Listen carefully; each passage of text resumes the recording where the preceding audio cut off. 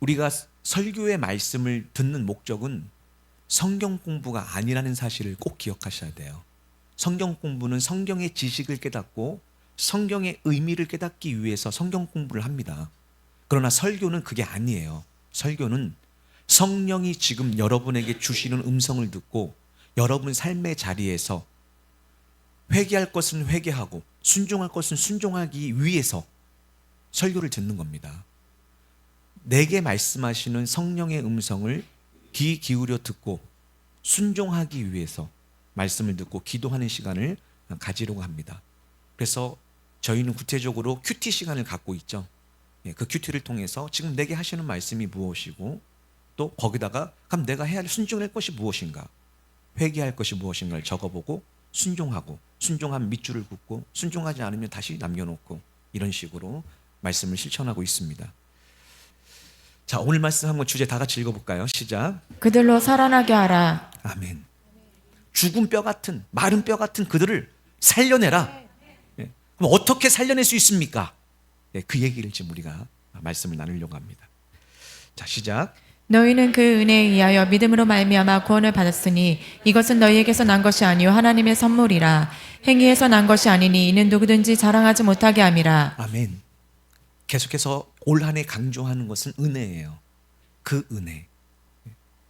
우리 모두는 그 은혜로 말미암아 믿음을 갖게 되고 그 믿음을 가진 자는 구원을 받게 됩니다. 이게 성경의 약속이에요. 그래서 그 은혜가 중요합니다. 그 은혜가 무엇인지를 깨닫고 내가 체험했을 때 변해돼요. 내가 변화됩니다. 내 마음이 변화돼요.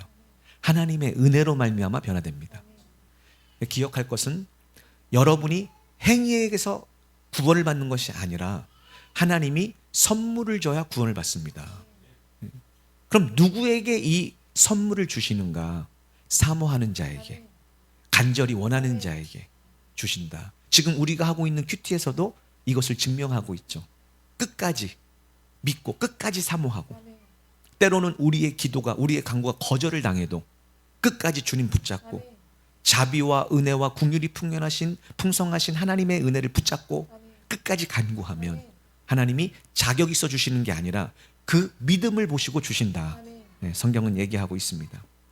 그래서 지난 시간 에스겔을 통해서 무엇이 은혜이며 그 은혜를 믿는다는 것은 무엇이며 이 믿음으로 어떻게 우리가 살아나고 구원을 받는가, 이미 말씀을 한번 배웠는데 다시 한번 우리가 복습하면서 그 은혜가 무엇인지를 좀 더 깨닫고, 그리고 우리가 무엇을 믿어야 되는지, 또 믿는다면 어떻게 반응해야 되는지를 생각해 보고 그 믿는 자에게 하나님은 어떻게 역사하시는지 우리가 말씀을 듣고 돌아가는 길에는 하나님이 주실 그 선물을 기대하며 기뻐하며 돌아가기를 간절히 원합니다. 자, 시작. 그래서 내가 그들의 악한 행실대로 그들을 심판하여 그들을 그 땅에서 내쫓아 온 세상 문 나라들 가운데 산산이 흩어버렸고 온 땅의 문 민족들 가운데 뿔뿔이 헤쳐놓았다. 우리가 기억할 것은 모든 사람이 죄를 지었기 때문에 하나님의 심판대 앞에 우리가 진노의 심판을 받게 될 것이며, 두 번째, 이 땅에 그 죄로 말미암아 기근과 가난과 병듦과 또 관계의 깨어짐과 이 모든 것들이 존재한다는 거예요.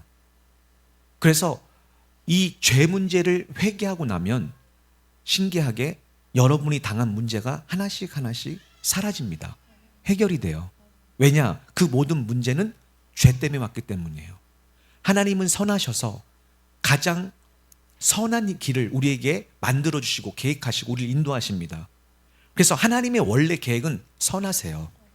그런데 우리 삶에 고난이라는 것이, 문제라는 것이 있죠. 왜 그럴까요?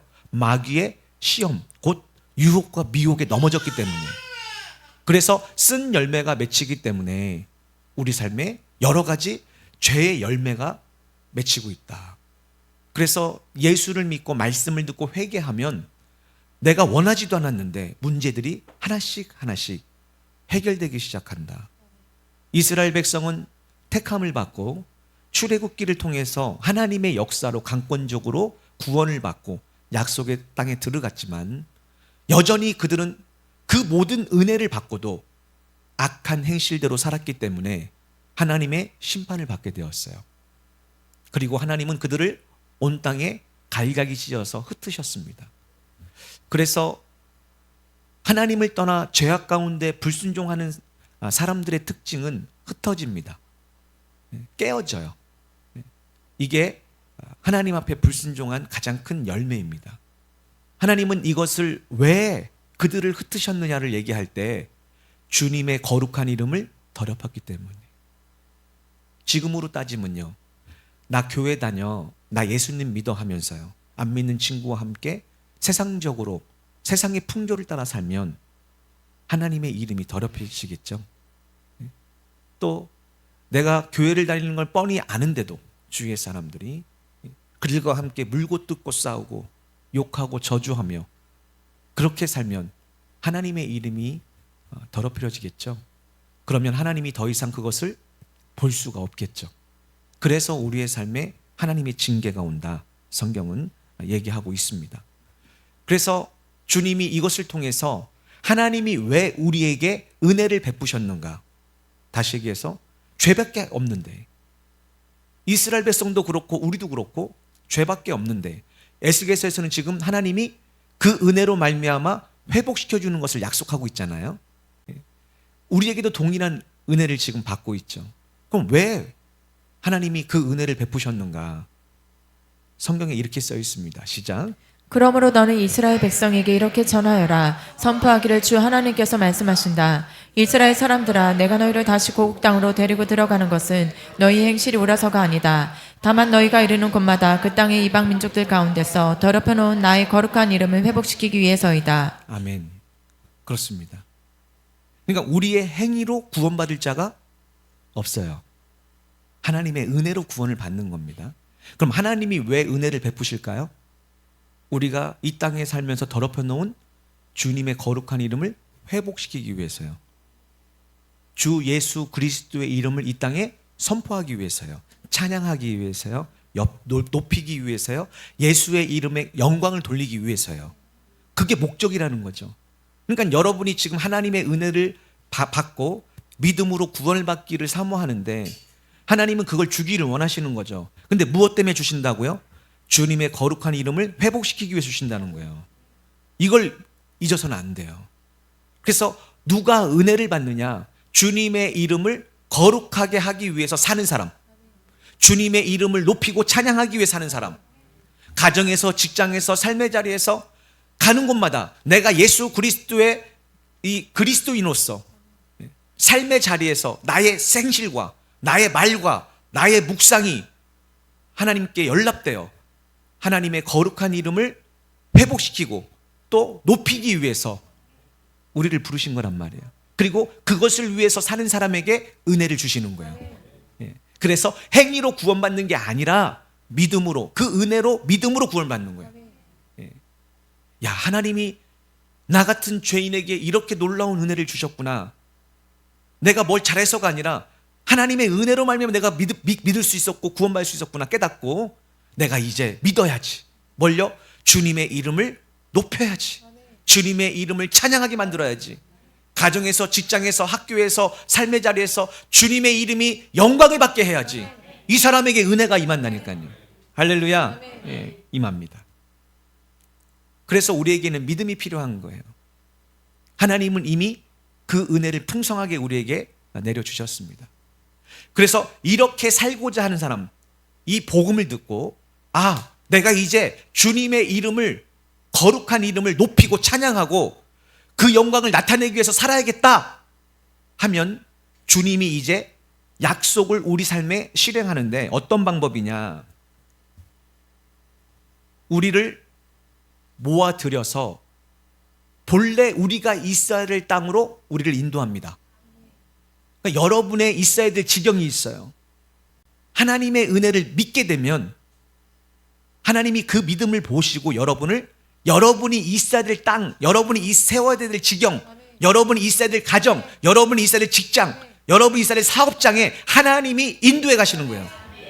왜? 여러분의 삶의 목적이 믿음으로 세워졌기 때문에, 주님의 이름을 거룩하게 하기 위해서, 주님께 영광 돌리게 살기로 결단했기 때문에, 믿었기 때문에 하나님이 여러분을 이제 인도해 주시는 거예요. 이게 하나님의 은혜죠. 은혜죠. 그런뒤 주님이 여러분이 깨끗해서가 아니라 그런뒤 여러분이 믿었기 때문에 그 은혜를 주님이 여러분을 씻겨주십니다. 그래서 여러분의 죄와 허물을 하나님 예수님이 깨끗이 씻겨주시는 거예요. 여러분이 노력한다고 되는 게 아니에요. 주님이 씻겨주시는 거예요. 왜? 여러분이 주님의 이름을 거룩하게 하기 위해서 믿었기 때문에요. 할렐루야. 예. 그리고 나서 깨끗이 된 우리가 이제 성령에 이끌리어 광야로 들어가 이 땅에 영혼들을 사냥하고 있는 원수 마귀와 싸워야 되죠. 싸워서 이기는 자가 구원을 받는데 우리 힘으로는, 우리 노력으로는 싸워서 이길 자가 없다는 거죠. 그러니까 주님의 보혈로 깨끗이 씻긴 후에 우리를 고아처럼 홀로 두는 것이 아니라 또 우리 혼자 보내서 네가 열심히 해서 이겨봐 하고 주님이 얘기하는 것이 아니라 성령을 부어주시는 거예요. 예. 성령을 부어주셔서 새 마음을 불어넣으십니다. 여기서 새 마음이란 세상을 사랑하고 죄를 사랑하던 내가 하나님을 사랑하고 하나님의 선하심을 사랑하게 되는 거예요. 어떻게 해요? 성령으로요. 여러분이 노력한다고 바뀌는 게 아니라, 여러분이 노력한다고 내가 죄를 끊어지는 게 아니라, 여러분이 노력한다고 내가 죄에서 이기는 게 아니라, 여러분이 노력한다고 세상을 사랑하지 않는 게 아니라, 여러분이 노력한다고 머리부터 발까지 내가 새로 바뀌는 게 아니라 성령이 오시면 되는 거예요. 그래서 여러분이 하던 노력을 내려놓고 성령을 구하라는 뜻입니다. 그러면 성령이 오셔서 내 마음을 새롭게 변화시켜요. 그래서 갑자기 내가 그전에는 세상을 그렇게 사랑하고 세상 친구들을 그렇게 사랑했는데 이제는요, 말씀을 사랑하고 찬양을 사랑하고 하나님의 사람들을 사랑하고 예배를 사랑하는 사람이 된다는 거예요. 어떻게 해요?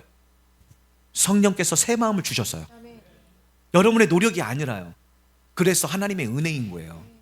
자, 나아가서 이렇게 해놓고선 주님이 우리 육신에서 돌박 같은 우리의 마음의 돌을 제거해 주는 거예요. 예수님의 비유는 구약 성경을 다 비유로 하신 거예요. 그래서 굳은 마음, 돌같이 굳은 마음으로 말씀을 들어도 반응도 못하고, 말씀을 들어도 하나도 감사도 안 하고 은혜도 못 받고 눈물도 안 흘리고 회개도 안 하던 우리가 성령을 통해서 육신의 돌처럼 굳은 마음을 제거시켜주고 성령이 살처럼 부드러운 마음을 심어주시는 거예요. 그래서 하나님의 은혜를 공감하고 하나님의 은혜를 깨닫고 느끼고 그 사랑을 체험하고 그 사랑 안에서 살아가게 되는 거예요. 어떻게 해요? 성령을 통했어요. 성령을 통해서. 자, 이렇게 하셔서 주님이 우리에게 무엇을 결론적으로 하고자 하셨느냐? 27절을 읽어봅시다. 시작. 그리고 내가 또 내 영을 너희 속에 두어 너희로 내 모든 율례를 따르게 할 것이니 그때 너희가 내 모든 규례를 지켜 행할 것이다. 아멘.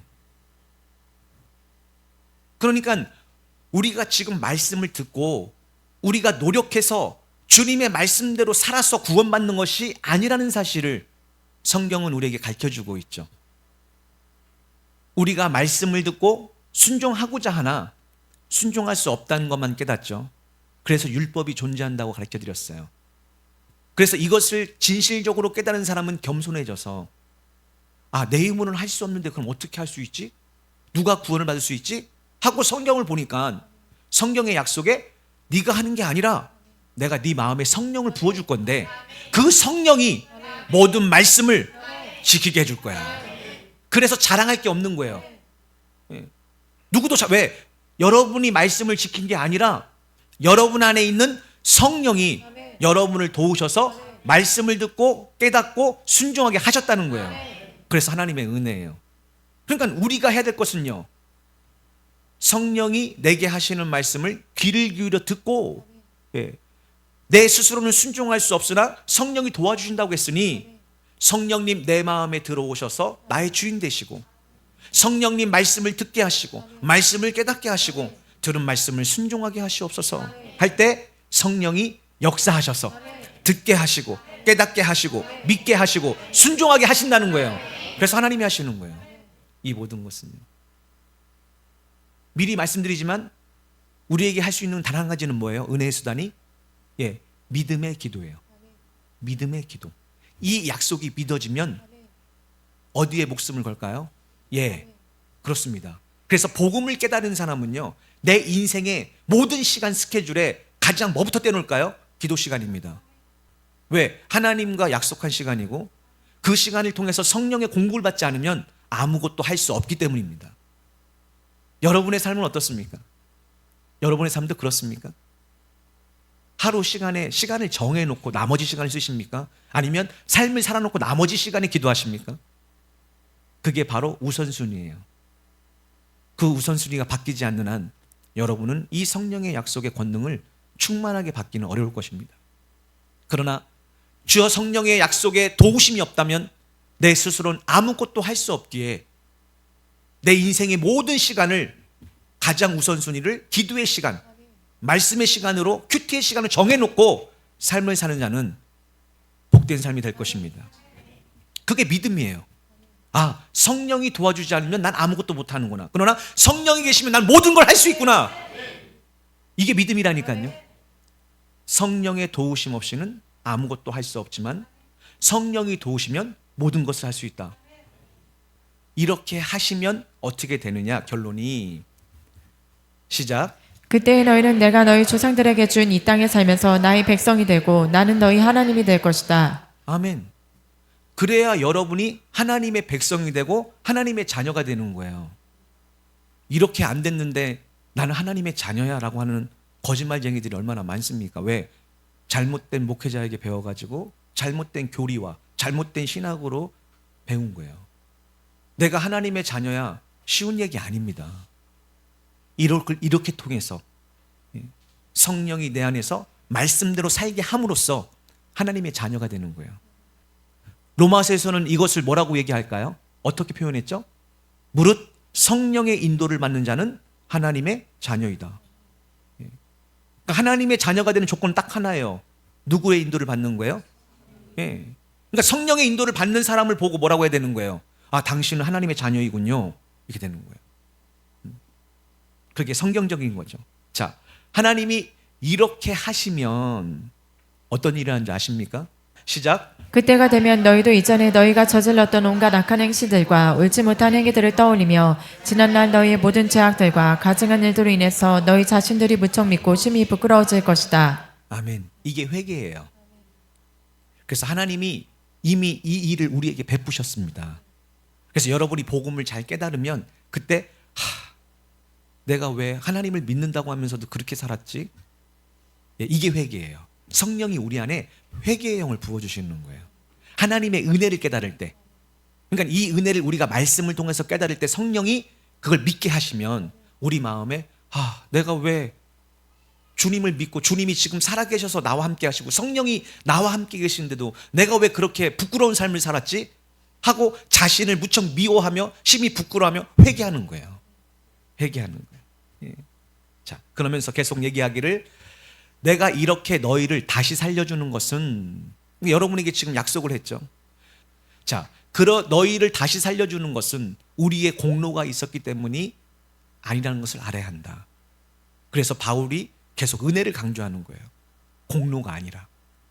그러므로 이스라엘 족속아 너희는 지난날 너희의 모든 악한 행실을 심히 부끄러워하고 그 행위를 수치스럽게 여겨 크게 한탄해야 한다. 한탄해야 한다. 그래서 진정한 이것 은혜를 깨닫고 성령이 임하면요, 마음을 찢게 됩니다. 내가 왜 그랬을까? 하면서 지난 날이 후회스러운 거예요. 중학교 수련회 때 주를 만났을 때 그 믿음을 가지고 살았더라면 지금 하나님이 나와 내 가정과 또 내 삶에 많은 사람들을 구원했을 텐데 내가 왜 헛된 삶을 살았지? 여러분 그게 제일 회개할 겁니다. 여러분이 예수님을 처음 만났을 때 그 은혜를 받았을 때 그때 주님께 그대로 순종했으면 지금 여러분 주위에 만나는 모든 사람들이 구원을 받았을 거예요. 왜? 여러분에게 성령의 권능이 임하면요 구원의 역사가 열매가 맺힙니다. 근데 마귀는요 그 사역을 감당하지 못하고 세상에 빠져서 세상의 시스템에 갇혀서 세월을 허비하고 하나님의 부르신 목적은 깨닫지 못하고 감당하지 못하고 먹고 마시고 입는 문제 때문에 허덕이다가 시간을 보내게 하는 거예요. 저 역시도 이 말씀을 읽으면서 자유롭지는 못합니다. 그렇게 큰 은혜를 주셨는데 참 오랜 시간 동안 헛된 삶을 살았구나. 헛된 것에 시간을 보냈구나. 이런 생각을 하게 됩니다. 이게 하나님의 은혜의 약속이에요.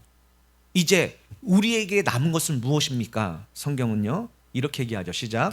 나 주가 말한다. 내가 또 이스라엘 백성들을 하여금 이 같은 일이 자기들에게 속히 이루어질 수 있도록 내게 간구하게 할 것이다. 그러면 내가 이 일을 즉시 행할 것이니 그때에 내가 내 백성 이스라엘의 인구를 양떼같이 불어나게 하겠다. 아멘. 왜 우리가 복음을 선포해야 되느냐? 이 복음을 듣고 여러분 중에 성령의 감동으로 깨닫고 믿어지는 사람들은 반드시 뭐 하게 돼 있어요? 간구하게 돼 있어요. 왜 간구하게 돼 있느냐?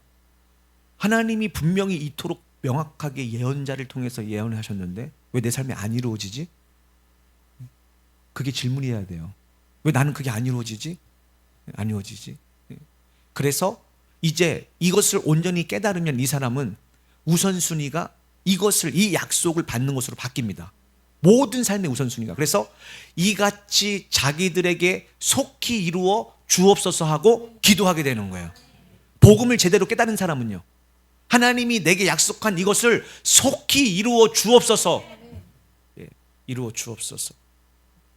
그래서 누가복음에는 끈질기게 졸라대며 기도하는, 결국 과부가 재판장에게 응답을 받는 이것도 이루어지죠.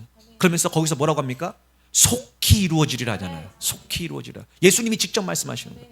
속히 이루어지리라. 그러면 여러분 삶에도 이것을 속히 이루기를 원하시는데 왜 안 이루어질까요? 구하지 않았기 때문이에요. 간구하지 않았기 때문에. 부르짖지 않았기 때문이에요. 부르짖다라는 얘기는 제가 설명을 해드렸습니다. 그런데 정말 이것을 믿고 이것이 정말 사모하고 이것이 내 인생에 가장 중요한 것이라고 믿어진 사람은요, 기도에 목숨을 걸게 됩니다. 그리고 받게 돼요. 왜? 이것은 시간이 중요한 게 아니에요. 우리 마음이 중요한 거예요.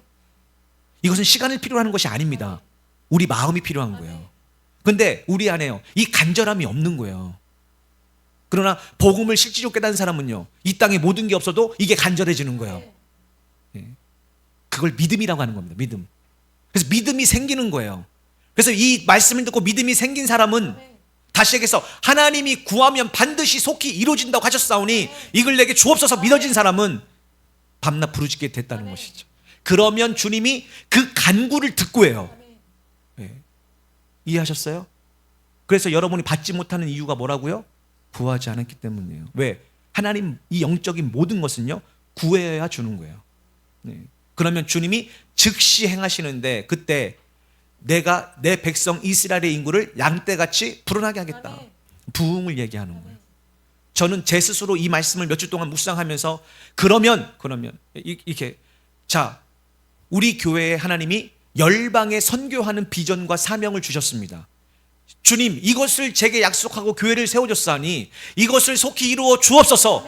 우리 교회가 한 마음으로 간구할 때 주님이 즉시 행할 줄 믿습니다. 지금 주님은 여러분의 간절한 믿음의 간구를 기다리시는 거죠. 저를 포함해서요.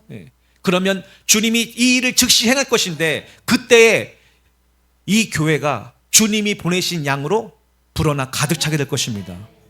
이게 저한테 받은, 제게 주신. 그래서 올 한해 더 간절히 주님 앞에 제가 먼저 부르짖어야겠다. 이 교회를 향한 약속을 이루어 주옵소서.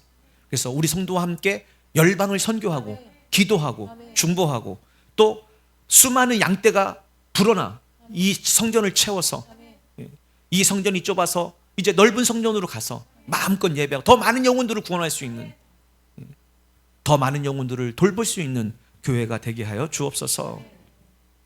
그렇게 적용해 보았습니다. 늘 말씀드리지만 왜 하나님은 기도해야만 줄까요?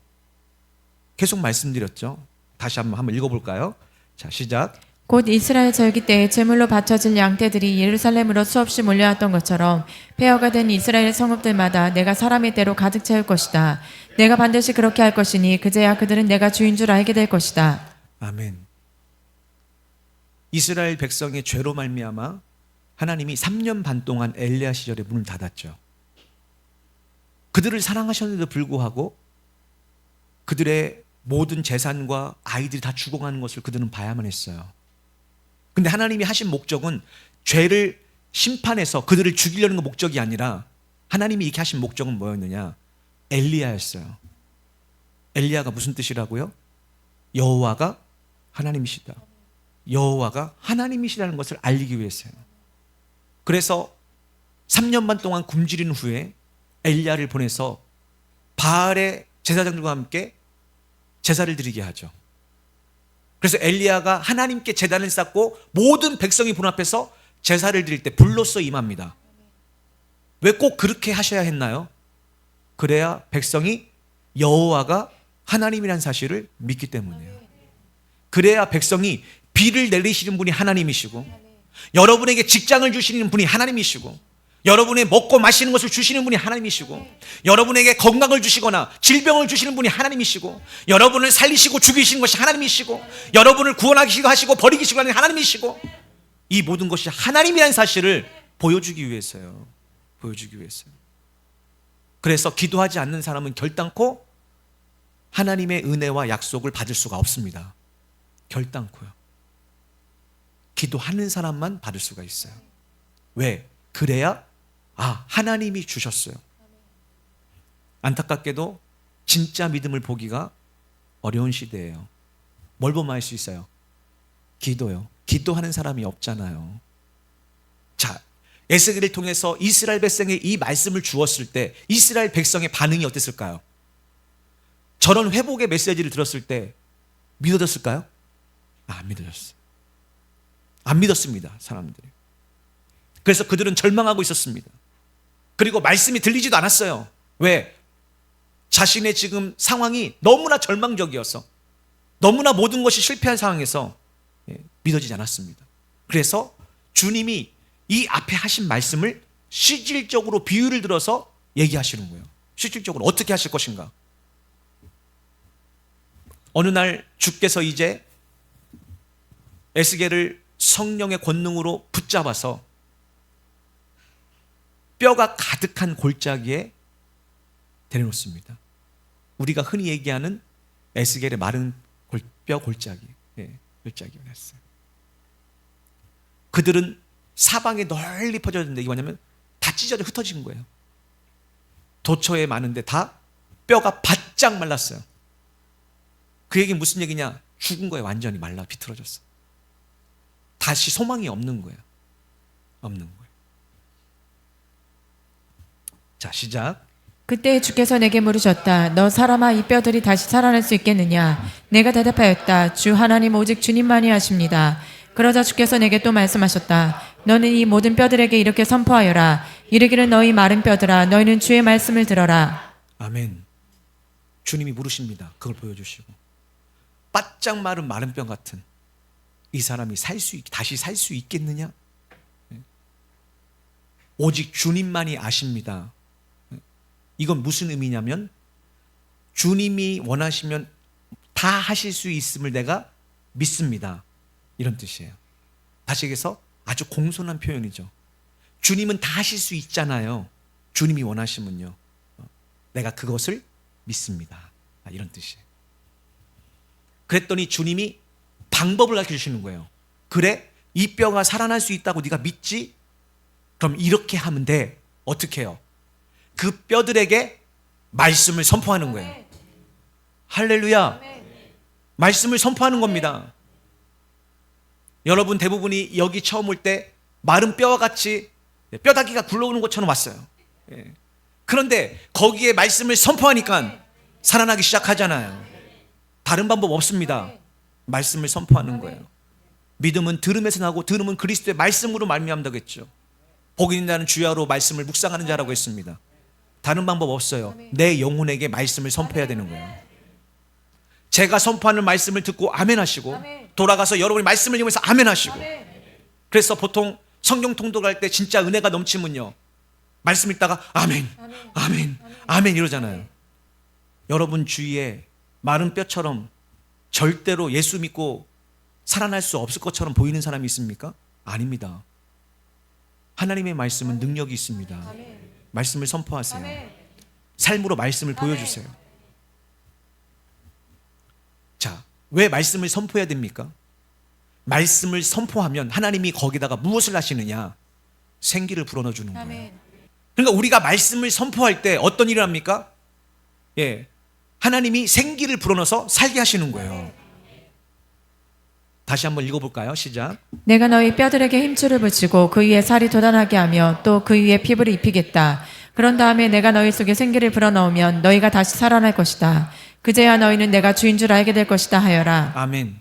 그러니까 이것을 간단히 설명하면 앞에 것을 그대로 지금 설명하는 거거든요. 우리는 하나님의 은혜의 복음을 선포할 뿐입니다. 그럼 누가 일하세요? 예, 하나님이 이렇게 일하신다는 거예요. 마른 뼈를 제자리에 돌려놓고 마른 뼈를 살려놓고 생기를 부어주고, 예, 누가 다 하신다고요? 하나님이. 언제? 말씀을 선포할 때. 내 영혼에게, 우리에게, 또 마귀에게, 이 땅에게 선포하는 겁니다. 선포하는 거예요. 그럼 누가 일하신다고요? 예, 말씀이 살아 움직이기 시작합니다. 왜? 말씀이 있는 곳에 하나님의 성령이 함께 하시기 때문이에요. 그러니까 우리가 할 일은 말씀을 읽고, 말씀을 듣고, 말씀을 배우고, 마지막으로 말씀을 실천하는 것. 그럼 평강의 하나님이 거기에 함께 하셔서 역사가 일어나는 거예요. 그러니까 여러분이 여기서 말씀을 배우고 듣고 보고 든 것을 삶의 자리에서 그 말씀대로 살아내면 평강의 하나님이 함께 하셔서 말씀으로 역사하셔서 죽어있는 사람을, 마른 뼈와 같은 자들을 구원하신다는 거예요. 할렐루야. 예. 자, 이제 우리가 할 일이 무엇입니까? 순종하는 거죠. 순종이 뭐예요? 때를 얻든지 뭐든지 말씀을 선포하는 거잖아요. 자, 시작. 그래서 나는 주께서 내게 이르신 대로 선포하였다. 내가 주님의 말씀대로 마른 뼈들에게 선포할 때 무슨 소리가 들리고 무엇인가 움직이기 시작했다. 내가 보니 이 뼈들과 저 뼈들이 활발하게 움직이면서 서로 붙고 연결되는 소리였다. 아멘. 에스겔은 자기의 생각을 선포하지 않았습니다. 주께서 내게 이르신 대로 선포했어요. 왜 우리가 말씀을 읽어야 합니까? 말씀을 배워야 됩니까? 들어야 됩니까? 봐야 됩니까? 그럴 때 내게 이르시는 말씀이 있어요. 그 말씀을 가지고 그대로 선포하면, 그대로 삶을 살면 어떤 일 하느냐? 그 뼈들이 움직이기 시작하는 거예요. 그 뼈들이요. 뭘 통해서요? 말씀을 통해서. 여러분이 사람들을 구원하고 여러분이 교회를 데리고 가는 게 아니에요. 여러분이 말씀을 선포하고 말씀을 살아낼 때 성령의 역사로 그 마른 뼈가 끌려오는 겁니다. 그 마른 뼈가 움직이기 시작하는 거예요. 그래서 우리가 할 일은 바로 이것이죠. 말씀을 잘 듣고 내게 주신 대로 선포하는 것, 내게 주신 대로 살아내는 것. 그러면 말씀대로 뼈들이, 죽어있는 영혼들이 살아나기 시작할 줄 믿습니다. 자, 그래서 그들이 다 연결되고 심줄이 생기고 살이 돋고 피부가 덮였어요. 이게 무슨 얘기냐? 여러분이 예수를 믿으면 교회에 다니는 형식이 있잖아요. 그러나 그 속에 뭐가 없습니까? 네, 생기가 없어요. 그래서 예수를 믿게 되면 처음에 형식이 먼저 생기는 거예요. 그래서 교회에 나왔을 때 처음에는 외적인 부분들이 세워집니다. 하나님을 경배하고 하나님을 예배하는 이런 삶들. 그러나 아직 그 뼈 속에는 생기가 없는, 모양만 있는 거예요. 모양만.